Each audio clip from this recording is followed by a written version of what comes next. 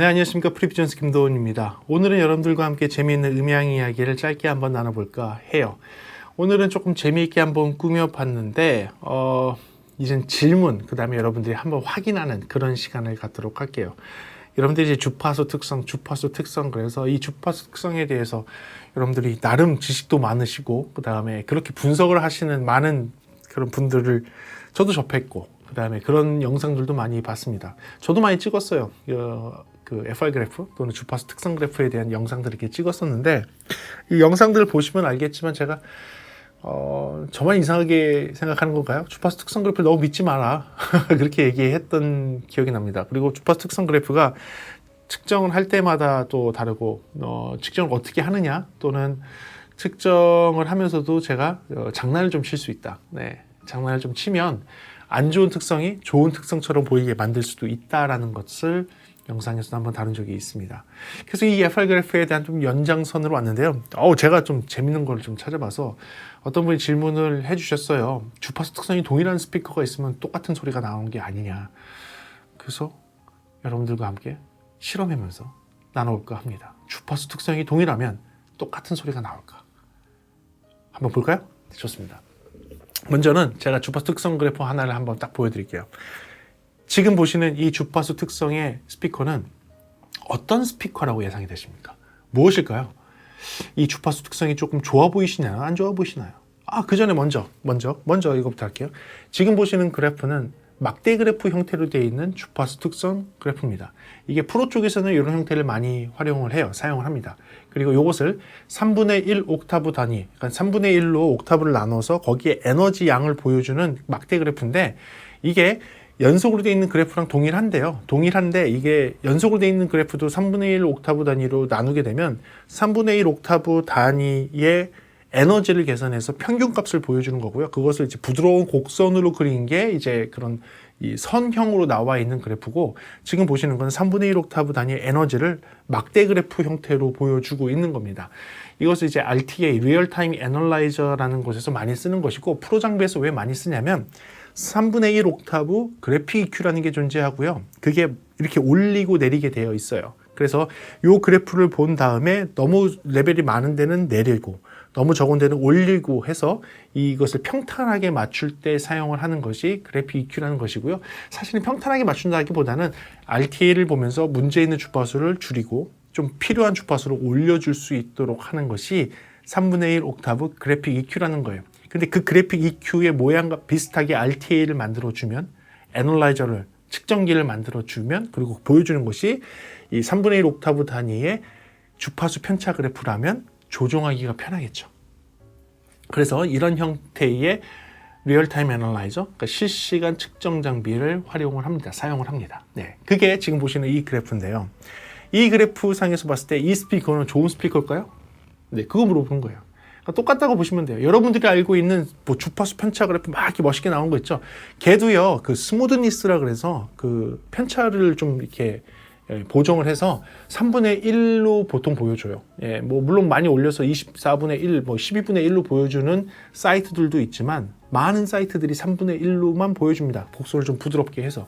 그 이유가 복잡하면 복잡할수록 안 좋은 것처럼 보이니까 부드러운 곡선으로 좋게만 보여주는 거죠. 그리고 3분의 1 옥타브 단위의 그래프를 쓰는 이유, 뭐 의사 선생님이나 과학자들이 많이 얘기하는 이유가 뭐죠? 우리의 청신경이 3분의 1 단위로 나눠져 있어서 그 3분의 1 단위로 감각기관이 감각을 해서 그것의 조합으로 소리를, 우리가 음의 높낮이를 듣는 것이다라고 얘기를 하죠. 하지만 우리는 1헤르츠 차이도 듣거든요, 사실은. 그래서 이건 과학적으로 정확하게 밝혀진 건 아닌데, 청신경상에서는 청신경은 3분의 1 옥타브 단위로 되어 있대요. 그래서 3분의 1 옥타브 단위가 약간 스탠다드처럼 되어 있어요. 이건 어느 음향 쪽에 가도 다 마찬가지일 겁니다. 3분의 1 옥타브 단위로 되어 있는 것은 맞아요.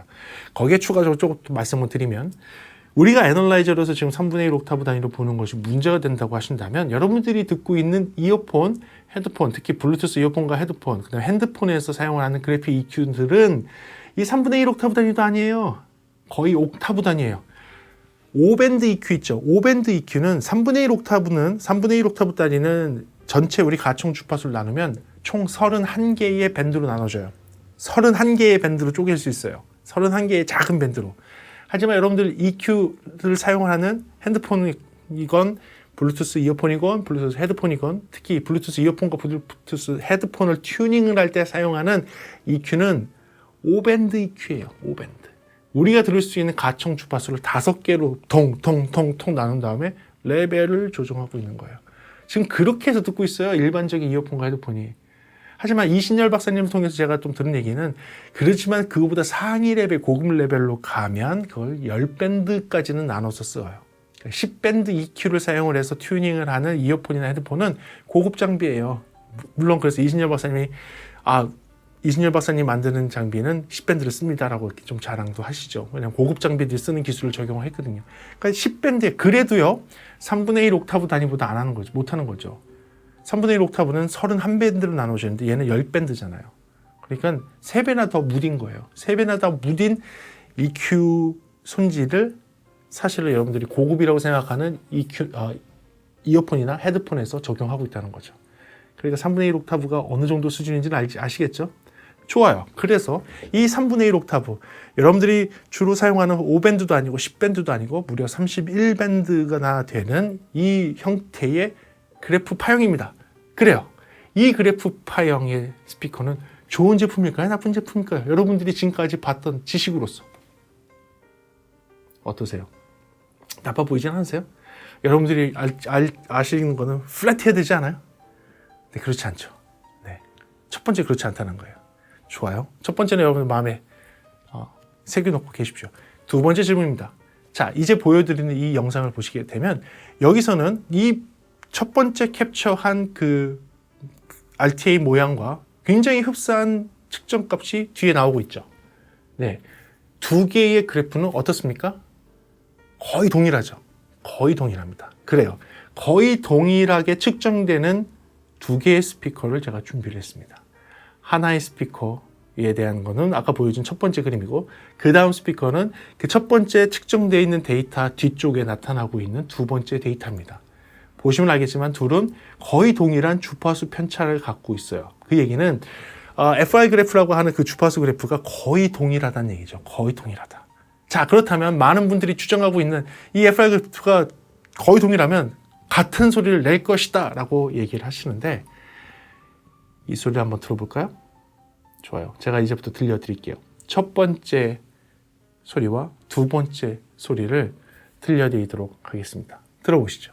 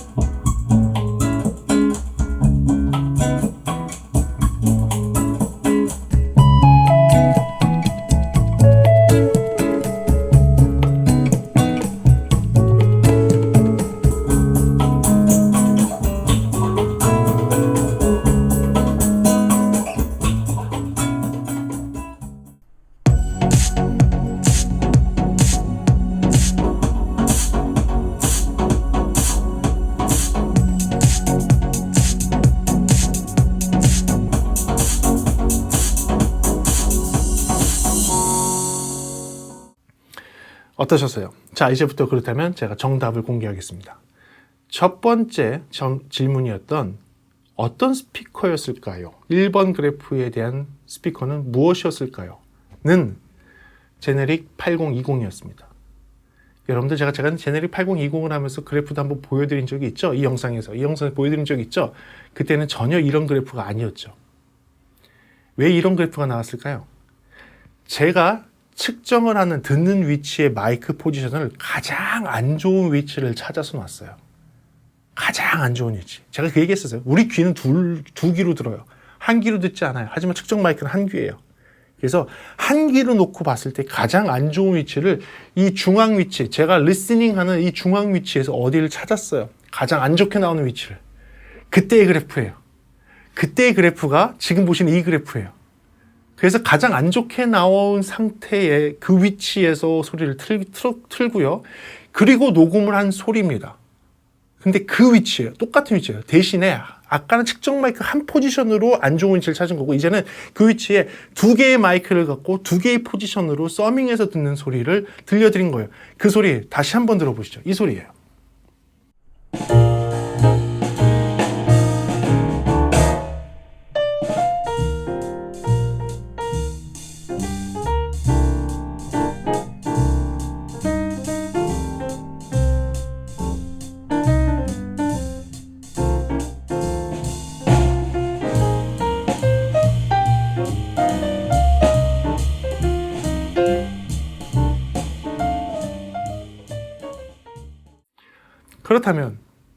그렇다면 여러분, 첫 번째 소리는 확인이 됐어요. 두 번째 소리는 무엇이었을까요? 두 번째 소리는 사실은 이 스피커 소리입니다.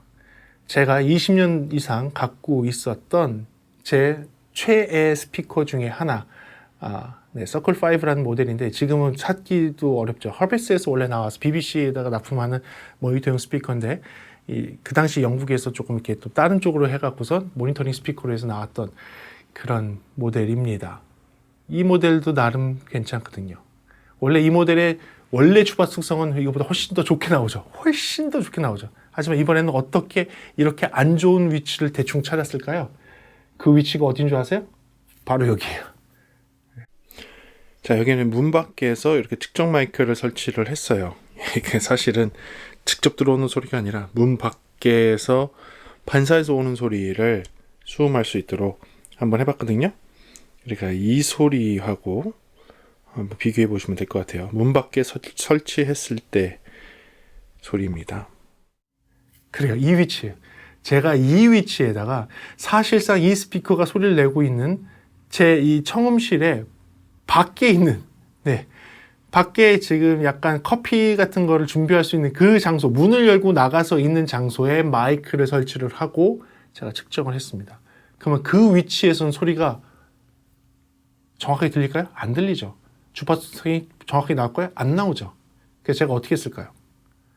제가 EQ를 만져서, 여러분들이 튜닝하듯이, 이어폰 튜닝하듯이, 헤드폰 튜닝하듯이, 여러분들이 핸드폰을 갖고선 내 귀에 맞게 튜닝을 해서 주파수 특성 그래프를 원래 있던 8020의 안 좋은 포지션에서 나왔던, 8020의 안 좋은 포지션에 나왔던 그 측정값과 동일하게 나오도록 제가 EQ를 보정을 한 거예요.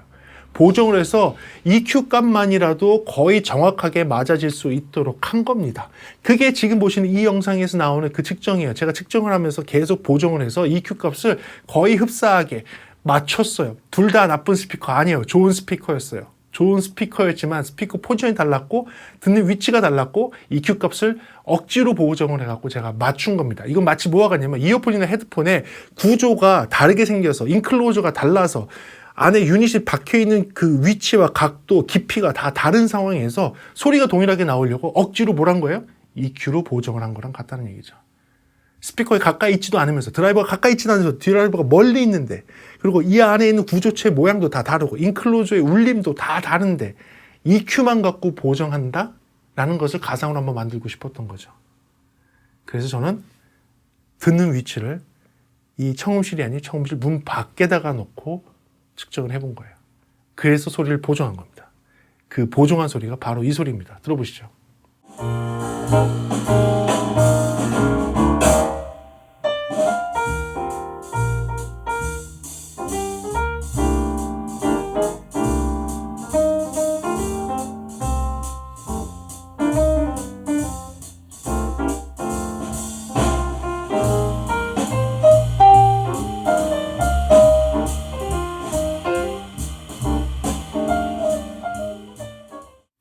어때요?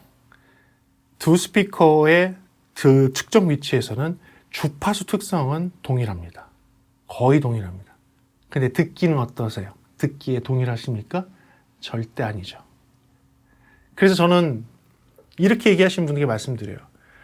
스피커를 뭐 다른 제조사가 만든 스피커건 뭐 A사가 만든 스피커, B사가 만든 스피커 갖다 놓고 EQ를 똑같이 맞추면 비슷한 소리 나게 EQ를 맞추면 동일한 소리 나오지 않냐?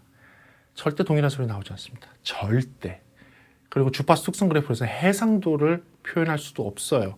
그렇기 때문에 지금 듣는 것처럼 제가 요 앞에서 했던 소리와 밖에서 했던 소리를 비교해서 들어보시면 주파수 특성은 그래 어느 정도 비슷하다라고 얘기할 수 있지만 해상도에서 엄청난 차이를 나타내고 있는 거예요.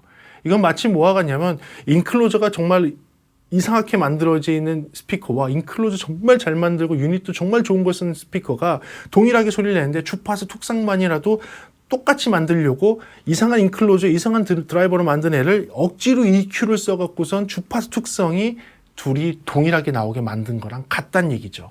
저는 그 얘기를 하고 싶었던 거예요. 그래서 소리를 틀면 똑같은 소리가 나오느냐? 아니라고요. 절대 아니라고요. 다시 한번 비교해서 한번 들어보시죠. 들어보세요.